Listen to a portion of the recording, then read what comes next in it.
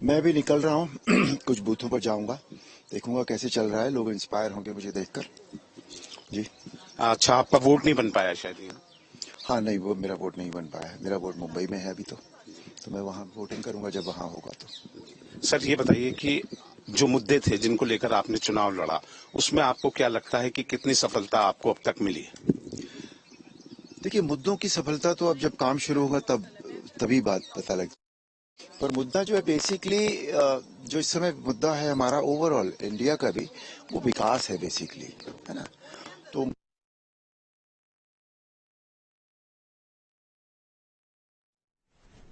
तो देखिए, महासंग्राम का राउंड 2 यानी कि फेज 2 के जो चुनाव हैं वो जारी हैं। 8 सीटों पर मतदान किया जा रहा है उत्तर प्रदेश में, और वहीं देश की बात करें तो 13 राज्यों की 88 सीटों पर मतदान किया जा रहा है। सबसे पहली बात की देखिए, सुबह से ही मतदान लगातार जारी है, 6 बजे शुरू हो चुका है महा कवरेज। और ये जो राउंड है, सेकेंड राउंड की हम बात करें तो इसका ये महा कवरेज न्यूज स्टेट पर आपको लगातार दिखाया जा रहा है। पल पल का अपडेट हम आपको दे रहे हैं। बेहद महत्वपूर्ण लोकसभा चुनाव और कह सकते हैं लोकतंत्र का उत्सव, जिसमें शामिल होने के लिए, भागीदारी के लिए जनता एक एक करके अपने घरों से निकल रही है और बूथ पर पहुंच रही है मतदान के लिए।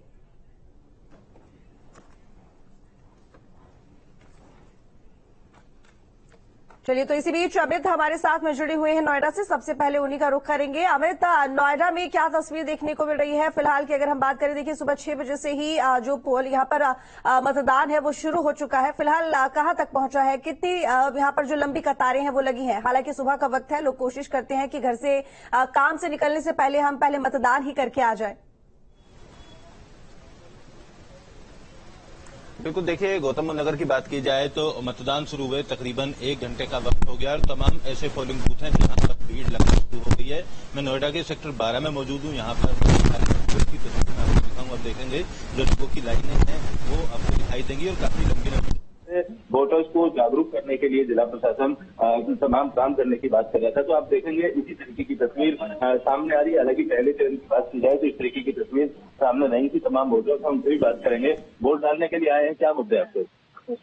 मुद्दे कुछ नहीं है तो क्या चाहते हैं कैसी सरकार हो? जो चल रही है।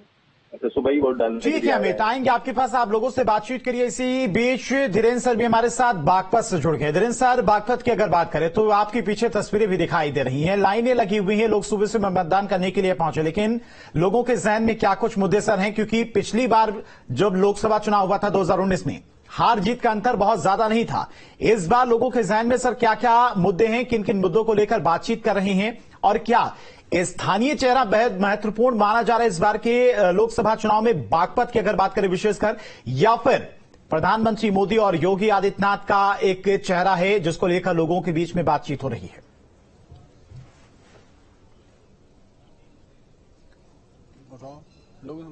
देखिए, जिस तरह से हम यहाँ पूरे इस समय बागपत में हैं, बागपत का माहौल पूरी तरह से इस बार थोड़ा बदला हुआ इसलिए है क्योंकि 47 साल बाद यहाँ चौधरी चरण सिंह के परिवार से कोई शख्स चुनाव नहीं लड़ रहा है। एक लंबा अरसा इस राजनीति में अगर बागपत की पहचान थी तो चौधरी चरण सिंह परिवार से थी।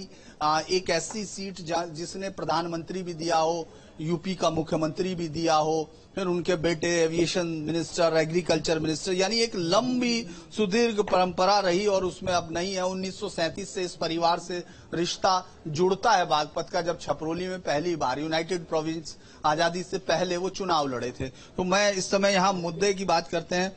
क्या भाई सुबह वोट देने पहुंच गए? हाँ जी, सुबह पहले वोट कर देना है। हाँ जी। अच्छा, आपके जहन में मतलब मुद्दा कौन सा बड़ा आपका? इसके लिए वोट कर रहे हो? महंगाई है या विकास हो रहा है? देखो जी, महंगाई तो बहुत काफी बढ़ चुकी है। महंगाई बढ़, बिल्कुल जी। तो आप बदलाव सोचते हैं? हाँ, हम भी ये चाहते हैं कि बदलाव होना चाहिए। जो बदलाव होना चाहिए, थोड़ा का सारा ही होना चाहिए, सारा होना चाहिए। आप बताइए, आपको क्या लगता है कि भाई यहाँ बेरोजगारी है यहाँ, और यही क्या? अच्छा, बेरोजगारी। इस बार चौधरी साहब का परिवार का आदमी में इस बात का फर्क पड़ता है कि नहीं? चुनाव पड़ेगा? हाँ, फर्क पड़ेगा कि नहीं? बहुत लंबे समय से हाँ, रिश्ता रहा, बागपत की पहचान रही। अच्छा, ये बताओ काका, कोई क्या है मुद्दा? बदलाव लग रहा, महंगाई लग रही, क्या है? हाँ जी, महंगाई लग रही है। विकास हुआ कि नहीं? नहीं हुआ। कुछ सड़कें बनी कि नहीं? कुछ नहीं बना सर इधर का, कुछ नहीं है। ना विकास है इधर, न कुछ है। ये हम चाहते हैं कि आगे जो भी हो विकास के लिए हो, विकास के लिए विकास के लिए वोटिंग करने निकले हम घर से कि कुछ बदलाव हो आगे। कोई बदलाव हो। अच्छा, जैसे चौधरी साहब का क्षेत्र रहा उस तरह का यहाँ विकास आपको नहीं मिला?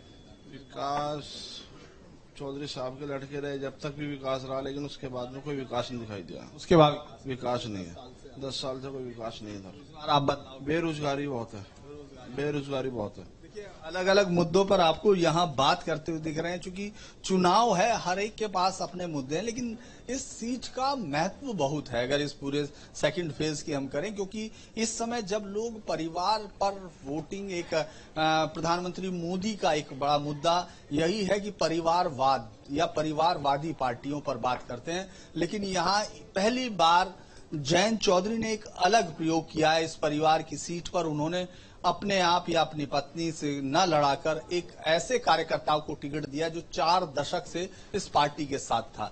तो मुझे लगता है कि ये एक बड़ा बदलाव है अगर हम लोग उस तरफ देखें, और एक नया प्रयोग भी है, क्योंकि चौधरी चरण सिंह जिस तरह से किसान नेता के तौर पे शुरू किए, लेकिन बाद में वो पर्टिकुलर ओबीसी के नेता के तौर पर रहे और बाद में एक जातीय नेता के तौर पर स्थापित हुए।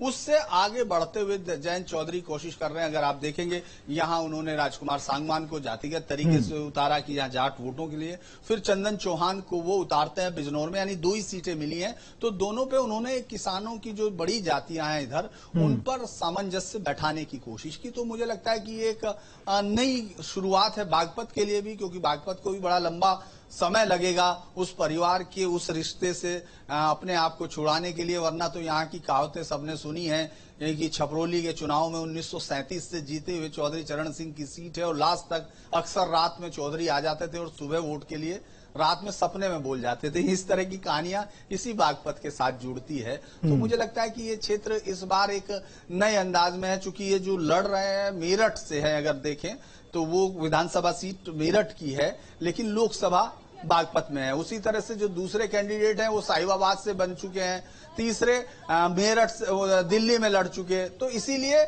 बाहर से आए हुए तीनों उम्मीदवार हैं, लेकिन फिर भी मुकाबला चौधरी परिवार और उनके अगेंस्ट इस तरह से होगा। इस बार उनका एनडीए के साथ गठबंधन है। 2009 के बाद ये पहला मौका है।